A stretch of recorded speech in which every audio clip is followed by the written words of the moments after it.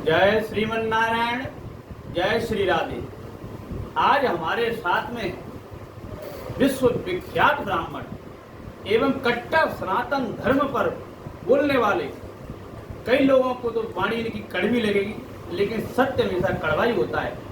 आज हमारे समक्ष हैं पंडित श्री गिरधारी लाल पाराशर जी, जो कि विश्व विख्यात भागवताचार्य हैं और कर्मकांड आचार्य हैं। सनातन धर्म का किस तरह कई लोगों ने मजाक बना लिया है, किस तरह कई लोगों ने इसको धंधा बना लिया है, ब्राह्मणों को देखकर, या कई ब्राह्मण भी किस तरह इस सनातन धर्म को केवल अपनी आजीविका कमाने का माध्यम बना रखा है, उस पर आज हमारे महाराज जी दो शब्द कहेंगे।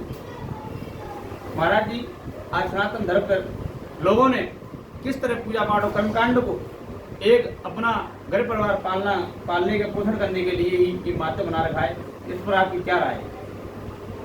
जय श्री कृष्ण सभी को। देखो, आपने प्रश्न तो ऐसा पूछा है कि कुछ ब्राह्मण जो है मेरे विरोधी हो जाएंगे और मैं उन ब्राह्मणों को दुश्मन नजर आऊंगा, लेकिन अगर आपने पूछा है तो बोलना मेरा कर्तव्य है। ब्राह्मणों को आजकल अन्य प्रकार के लोग गालियां इसलिए दे रहे हैं कि हमारी ही कुछ कमियां हैं। हम अगर उन कमियों में सुधार करें तो सब ठीक रहेगा। जैसे कि कोई कथावाचक है, मैं ही कथावाचक हूँ, मैंने आज 2 कथाएं तो कर ली और तीसरी कथा में मैं ट्रस्ट का बहाना बना लूंगा कि मैं गौशाला के लिए जो है अपना नाम दे दूंगा कि गौशाला में खोलने वाला हूँ और यजमानों से चंदा प्रारंभ हो जाएगा। बिल्कुल सही बात महाराज। करोड़ों की लागत में मुझे चंदा मिलेगा और उसको मैं अपने निजी उपयोग में लेता हूँ। ना जाने ऐसे कितने कथावाचक हैं। मैं ग्वालियर की ही बात करता हूँ और इस समय मैं ग्वालियर में ही आज गुरु पूर्णिमा के महोत्सव में मेरे गुरु भगवान का पूजन करने के उपरांत अपने शिष्यों ने भी आकर के हमारा पूजन किया है गुरु भाव में, और आप भी आए हैं। ये मेरे छोटे भाई हैं, मेरे बड़े आनंद प्रेमी हैं। ग्वालियर में गौशाला है, उस गौशाले के नाम पर काफी जो है पैसा वहाँ एकत्रित है, चारा भी जाता है, लेकिन अगर वहाँ जाकर के गाय की दुर्दशा हम देखते हैं तो बहुत बुरी दुर्दशा गाय की है। उस गौशाला में ना कोई चारे की व्यवस्था है, किसी भी प्रकार की सुख सुविधा वहाँ नहीं है। दूसरा, अगर गौशाला है तो ग्वालियर में गाय आवारा क्यों घूम रही है? उसको आवारा नहीं घूमना देना चाहिए और गौशाला वालों को गाय लेके जाना चाहिए। अब गौशाला या सरकार संबंधी है या निजी है, ये वहाँ जाकर के पता करें, लेकिन उस पर जरूर जो है प्रश्नवाचक चिन्ह लगावें और उनसे इस प्रकार के वक्तव्य रखें। दूसरा, कथावाचकों की बात करूं तो आजकल कथावाचक ऐसे हैं कि जब कथा करने बैठते हैं तो उनको बार बार पुस्तक देखने की आवश्यकता पड़ती है। वो संस्कृत के श्लोकों का शुद्ध वाचन नहीं कर पाते और अपने आप को कथावाचक कहने लग जाते हैं। उन्होंने ही हमारे सनातन धर्म को नीचा दिखाने का काम किया है। आज उन्हीं के कारण जो है यजमान लोग या अन्य लोग हम पर प्रश्न उठाते हैं, जबकि कहते हैं कि ब्राह्मण सर्व पूजनीय है। अब सबसे बड़ा कारण देवी चित्रलेखा को देख लीजिए, उन्होंने कोसी कला के बाईपास पर गौशाला खोल रखी है। आप जाकर के देखेंगे आपको 50 से 51 में गाय नहीं मिलेगी, कम ही गाय वहां मिलेगी। क्यों? अरबों की संपत्ति आपको प्राप्त है गौशाला के नाम पर। फिर वो संपत्ति कहाँ गई? क्योंकि वो निजी काम में नहीं थी। उसी संपत्ति से खुद की 4 व्हीलर गाड़ियां चलती है जो लग्जरियां होती। इस प्रकार ये समाज का भी शोषण कहीं ना कहीं हम करते हैं, इसलिए समाज हम पर उंगली उठाता है। तो ये शोषण रुकना चाहिए। उन कथा वक्ताओं को, उन विद्वान ब्राह्मणों को और ऋषियों को बोलना चाहिए जो हमारे साधु संत हैं कि ऐसा शोषण ना होने दें। अगर गाय के नाम पर लिया जा रहा है तो गाय की सेवा में ही उसको लगाएं और आप अपनी दक्षिणा यजमान को बताएं कि हमें इतनी दक्षिणा चाहिए। वो अपनी दक्षिणा को अपने लिए सदुपयोग करें, ना कि गाय की आई हुई दक्षिणा का। ऐसा मैं मानता हूँ। महाराज जी बिल्कुल आज भोले बाबा की तरह, जैसे महादेव सत्यम से सुंदरम महादेव के लिए बोलते हैं, तो हमारे पूज्य श्री पाराशर जी ने भी बिल्कुल सत्य बात कही है कि आप कथा कर रहे हो तो कथा के धन को आप अपने निजी जीवन में, घर गृहस्थी के लिए प्रयोग में लाएं, ना कि आप मान लो किसी ने बागेश्वर धाम की नकल कर ली, गरीब कन्याओं के विवाह के नाम पे चंदा कर रहे हैं। अरे भैया, अपनी कथा कर लो आप, वही बहुत है। कन्याओं के नाम पे चंदा करके, इकट्ठा करके, फिर उनकी 5 पूजाई 50 कार्यक्रम करके लोगों को ठगने का कार्यक्रम बंद होना चाहिए। और दूसरा, आपने फिर श्री अनिरुद्धाचार्य की नकल कर ली, 2-4 केले पकड़ा के किसी को साथ में फोटो खिंचा ली, ऐसा नहीं है। आज सही काम कर रहे हैं अनिरुद्धाचार्य जी, भागीरथ धाम जी हैं, जो सही काम कर रहे हैं, उनके पीछे हजारों लोग लगे हुए हैं। सत्य एक बोलता है लेकिन बड़ा कड़वा बोलता है। महाराज जी ने पूरी निडरता के साथ सत्य बुलाए और हम इनके सत्य के साथ हैं। क्यों कि अगर जो सत्य बोलने वाले लोग तो भरले ही होते हैं, नहीं तो आजकल तो सब गलत कर रहे हैं चाहे सही कर रहे हैं, लेकिन लोग उनकी हाँ में हाँ मिलाने वाले होते हैं। हमें सनातन धर्म के लिए प्रचार करना है, सत्य के लिए प्रचार करना है, और सत्य बोलने में अगर हमें कोई परेशानी भी आएंगी तो हम उनका डटकर सामना करेंगे, लेकिन हमेशा गलत कार्य का विरोध ही करेंगे। शिष्यों में भी हमारा आगमन है। कई बार क्या होता है, बड़े बड़े कथावाचक हैं या कुछ हैं, धनवान लोगों से मिलेंगे, धनवान लोगों के यहाँ भोजन करेंगे, उन्हीं के अपॉइंटमेंट लेंगे, और बेचारे गरीब हैं, दर्शन के लिए ठोकर खाते रहते हैं। अरे ऐसे गुरु क्यों बनाते हो जो तुमसे मिल नहीं पाए, 2 मिनट तुमसे बात ना कर पाए। गुरु का लेवल टीवी पे आएगा, मीडिया पे आएगा, तभी उसी लेवल के गुरु क्यों बनाते हो। गुरु वो होना चाहिए, ब्राह्मण बालक होना चाहिए, जो तुमसे मिल सके, तुम्हारी आधी रात को तुम्हारे फोन को उठा सके, गुरु का आशीर्वाद आप ले सके, कम से कम साल में गुरु से आपकी प्रत्यक्ष भेंट हो सके। ऐसी भेड़ चाल पे नहीं चलना चाहिए। फलाने नाम सुन लिया, फलाने बाबा या फलाने बापू जी, ऐसे बड़े बड़े नाम सुन लिया, टक्कर खा रहे हो, ट्रेन में जा रहे हो, गर्मी के मारे उल्टी हो गई, फिर ग्लूकोज इलेक्ट्रॉन पी रहे हो, ऐसा नहीं होना चाहिए। ऐसे गुरु बनाओ जिनके आपके दर्शन हो सके। प्रत्येक ब्रह्म में, प्रत्येक ब्राह्मण में जो सत्यवादी है उसमें आपको पर ब्रह्म नजर आएंगे, लेकिन आप अपनी अंदर आत्मा शुद्ध रखें। और उन कथावाचकों से भी हमारा विशेष अनुरोध है कि लोगों को कथा को धंधा नहीं बनाए, कथा को धंधा ना बनाए, कहना है, हमारा यही कहना है। अपने घर बैठे रहे। हाँ। और ब्राह्मणों का वो कथावाचक, वो कथा प्रवक्ता शोषण नहीं करवाए। हाँ। उनसे भी मेरा करबद्ध निवेदन है कि जाकर के जगह जगह गली मोहल्लों में कथा बैठाते हैं। हाँ। अपने पैसे खर्च करते हैं, ऐसी कथा भी श्रवण नहीं कराएं। जब तक यजमान आपके पास में नारे लेके नहीं आए और आपको संपूर्ण दक्षिणा भेंट नहीं दे, तब तक आप कथा नहीं करिए, अपने घर बैठिए। इसलिए हमारा सबसे ज्यादा अपमान होता है कि जगह जगह भटकते हैं ब्राह्मण लोग। अरे हम नहीं भटकते, हम दक्षिणा के भूखे नहीं है, हम मान सम्मान और प्रतिष्ठा के भूखे बहुत हैं। सुंदर। आजकल नए नए कथावाचक हो रहे हैं जी, चाहे यहाँ 4 लोग एकत्रित कर लिए, मुझे कथा करनी है, वहाँ तुम्हारी इज्जत नहीं है। हाँ, भले ही अपनी इज्जत बनाने में लगे, आप अपना ज्ञान रखिए और ज्ञान के सामने आइए। अगर इन निम्न श्रेणी कथावाचकों से जो कुछ प्रश्न कर लिए जाएं, जवाब नहीं दे पाते हैं। और दूसरा मेरा निवेदन है उन अन्य लोगों से जो कथा व्यास की गद्दी पर बैठने के अधिकारी बन रहे हैं। अभी मेरी एक तानसेन नगर, ग्वालियर में एक नगर है, कॉलोनी है तानसेन नगर, उसमें एक कोई पाल जाति का था, उससे मेरी बातचीत हुई। तो कोई साधना बघेल करके है एक लड़की, यही बड़ा गांव के पास में कहीं कथा करने आई थी। उसने कहा महाराज 3 लाख रुपया लेकर के आई है। तो मैंने कहा कौन है? तो उन्होंने कहा कि साधना बघेल नाम है। मैंने कहा भैया आप भी बघेल हो, वो भी बघेल है, कथा ऐसी तो हो रही है, तो उसको अधिकार ही नहीं है।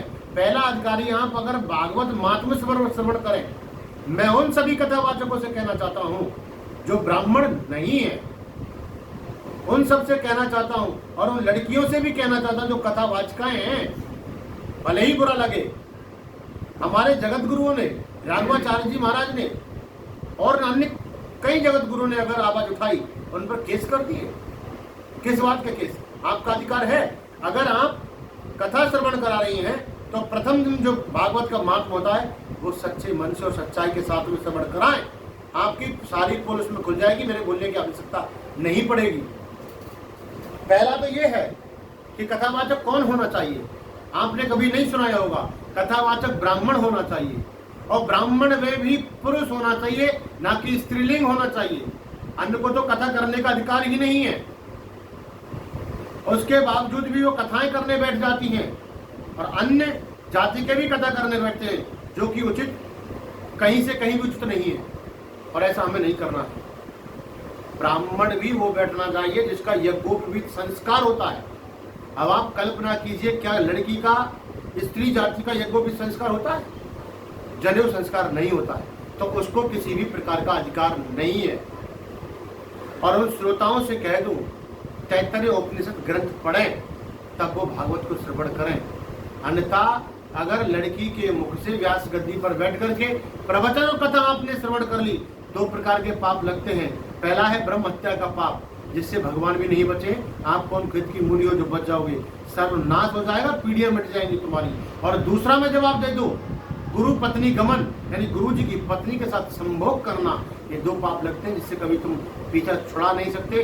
चाहे जितने धर्म कर लेना, पुण्य कर लेना, लेकिन इस पाप से मुक्ति कभी नहीं पा सकते। इसलिए श्रवण नहीं करना चाहिए। बहुत बड़ी बड़ी साध्वियां हुई हैं, ऋतंबरा नाम की भी कोई साध्वी है, नहीं बोलना चाहिए मैं एक छोटा बालक हूँ और वो मेरी माँ के जैसी उम्र की है।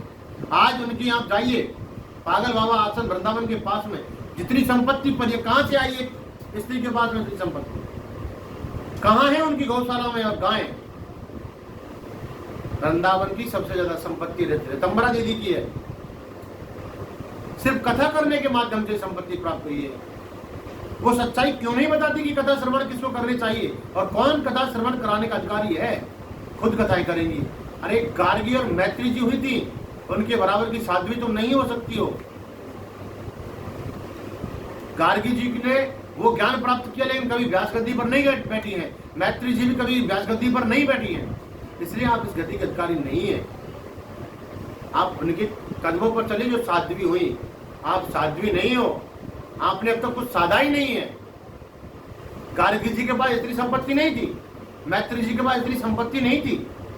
अगर आपने अपने आप को साधा है तो आपने इतनी संपत्ति का क्या कर रही है और क्यों है आपके पास इतनी संपत्ति? और ये आजकल नई नई लड़कियां जो कथावाचका हो रही हैं, बेटा तुम कथा का भी नहीं समझती हो, भागवत का भाव अगर समझती हो तो इस पर जो भी जुड़ी हो, जो मेरी वीडियो सुन रही हो, वो इतना बता देना कि भागवत के आगे श्रीमद क्यों लगा, श्रीमद से क्यों अलंकृत किया गया भागवत को, जो कि भागवत महापुराण है, केवल श्रीमद क्यों लगाया?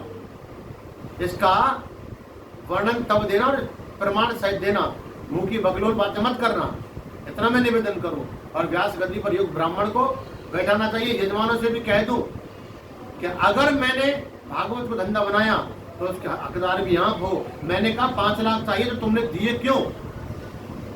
अगर बड़े कथावाचक ने 21 लाख चाहिए तो आपने दिए क्यों? कम दो ना। देवी प्रतिभा है जो अभी यहाँ बड़े गांव में 31 कुंडे यज्ञ करवाने आई थी, 9 दिन की भागवत करवाने आई थी, जो 40 लाख लेके आई थी। ये मेरे कानों में वक्तव्य आए हैं। मैंने उनसे कहा भैया उनसे जाके पूछो कि उनका एक भी संस्कार हुआ है, उस कथा की कथावाचक बन सकते हैं, नहीं बन सकती हैं। ये विचित्र वर्णना है, कलयुग है। कलयुग का प्रभाव जो है व्यास जी सब पर होगा। अभी यहाँ आज से प्रारंभ हो गया, आज गुरु पूर्णिमा का अवसर है और वेद व्यास जी की जयंती है। तो सभी मेरे शिष्य परिवार को एवं सभी सनातनियों को गुरु पूर्णिमा की हार्दिक शुभकामनाएं। और आज गुरु पूर्णिमा के अवसर पर लाइन नंबर 1 के मैदान में एक कथा प्रारंभ होने जा रही है, जो बहुत ही सुप्रसिद्ध कथावाचिका है, जिनके आगे लगता है सुश्री जया किशोरी जी। मैं उनसे भी निवेदन करूं और उनके यजमान से भी निवेदन करूं कि एक बार ये प्रश्न जरूर रखना कि क्या आप इस व्यास गद्दी पर बैठने के अधिकारी हैं और इस व्यास गद्दी पर कौन बैठ सकता है? क्या आपका यह कोई भी संस्कार हुआ है क्या? ऐसा भागवत जी में लिखा है। और अगर आप भागवत श्रवण कराती हैं तो इसका जवाब अवश्य दें। और बताइए भाई। महाराज जी हमारे बिल्कुल सत्य बोलते हैं, सत्य कड़वा होता है, इसको क्या है अपने जीवन में लागू करें, उन्हीं की बात को समझें। महाराज जी यही कहना चाह रहे हैं कि मान लो वृक्ष सभी ऑक्सीजन देते हैं, लेकिन कुछ विशेष वृक्ष ही होते हैं जिनके पत्तों को तोड़ के हमारे माँ कंचोर श्री गोविंद पर चढ़ाते हैं। जैसे कि तुलसी के पत्ते होते हैं वही उनके चरणामृत में डाले जाते हैं, ऐसे ही कथा व्यास में केवल ब्राह्मण बालक और एक विविध किया हुआ बालक ही बैठ सकता है। हर कोई स्त्री नारी सभी पूजनीय है। हमारे भारतवर्ष में स्त्रियों को नारियों को देवी का स्थान दिया गया है, लेकिन कई अपने स्थान को ना समझते हुए दूसरों की जगह में घुसे आती है, वो गलत है। कथा व्यास की गद्दी पर नहीं बैठी, आप तो वैसे ही पूजनीय हो, वैसे ही सम्माननीय हो, आप जगत की उत्पत्ति करने वाली हो, लेकिन हर चीज की एक जगह होती है, तो अपनी मर्यादा में बनाए रखें, क्योंकि स्त्रियों की मर्यादा से ही इस देश की मर्यादा है। और हमारे वेद पुराणों में लिखा हुआ है, उसी को हम मानते हैं, उन्हीं को अपने जीवन में लागू करते हैं। तो लेकिन वेद पुराणों की आप गायन करते हो और उन्हीं के उद्देश्य और उन्हीं की बातों को ना माने तो ये वेद पुराणों का भी मजाक ही माना जाएगा। इसलिए सभी सनातनियों से और सभी कथाव्यासों से हमारा निवेदन है कि जनता को ठगे ना। कोई शादी ब्याह के नाम पर चंदा कर करके ठग रहा है, कोई गौशाला के नाम पर चंदा कर करके ठग रहा है, कोई 50 बहाने बना के ठग रहा है। पैसे वाले चिल्ला को देख लेंगे, उनको VIP अपॉइंटमेंट देंगे, गरीब बेचारे धूप में मर रहे हैं, छाता लगा के मर रहे हैं, कोई भीड़ में दब जाते हैं। तो ऐसा नहीं होना चाहिए। और गरीबों को भी ये ध्यान देना चाहिए, भैया आपके अड़ोस पड़ोस में जो ब्राह्मण है, ब्राह्मण तो ब्राह्मण होता है, शुद्ध ब्राह्मण है, शाकाहारी ब्राह्मण है, भगवान का भजनानंदी ब्राह्मण है, उसको आप अपना गुरु बना लें तो ठीक रहेगा। इन मीडिया में चलने वाले गुरुओं से बचो, क्योंकि भैया अपने पे तो लाखों वैसे ही है। हमारे जैसे सीधे साधे ब्राह्मण भी इस दुनिया में कई हैं, भगवान का भजन करती हैं, उनको गुरु बना लो तो तुम्हारा उद्धार हो जाएगा। मैं भीड़ में टक्कर खा के किसी दिन एम्बुलेंस में पड़े मिलोगे, कोई मतलब नहीं है। इसी के साथ जय श्री राधे। हमारी वीडियो बनाने का मकसद आपको समझ में आ गया होगा। सच्चे सनातनियों के धर्म में सच्चे सनातनी होने के नाते हमने महाराज जी के साथ में ये वीडियो सर्वसामान्य को प्रकाशित कर रहे हैं, इसमें हमारा साथ है। सत्य सनातन धर्म की जय, सत्य सनातन धर्म की, जय हो। सत्य सनातन धर्म की जय हो। जय जय श्री राम।